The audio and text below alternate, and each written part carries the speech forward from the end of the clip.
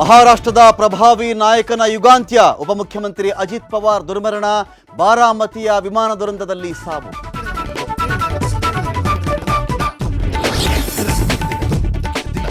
ಬೆಳಗ್ಗೆ 8:10ಕ್ಕೆ take off, 8:46ಕ್ಕೆ ಪತನ.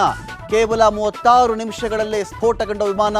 CC ಕ್ಯಾಮೆರಾದಲ್ಲಿ ಭೀಕರ ದೃಶ್ಯ ಸೆರೆ.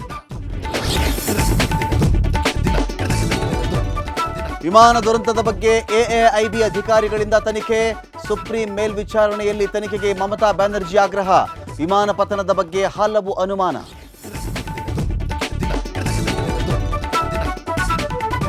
ಕೆಲಸಕ್ಕೆ ಸೇರಿದ 28 ದಿನಗಳಲ್ಲೇ 18 ಕೋಟಿ ಲೂಟಿ. ನೇಪಾಳಿ ದಂಪತಿಯಿಂದ ಬೆಂಗಳೂರಿನ ಪ್ರದೇಶದಲ್ಲಿ ಭಾರೀ ಕಳ್ಳತನ. ಚಿನ್ನ, ವಜ್ರ, ಬೆಳ್ಳಿ ದೋಚಿ ಪರಾರಿ.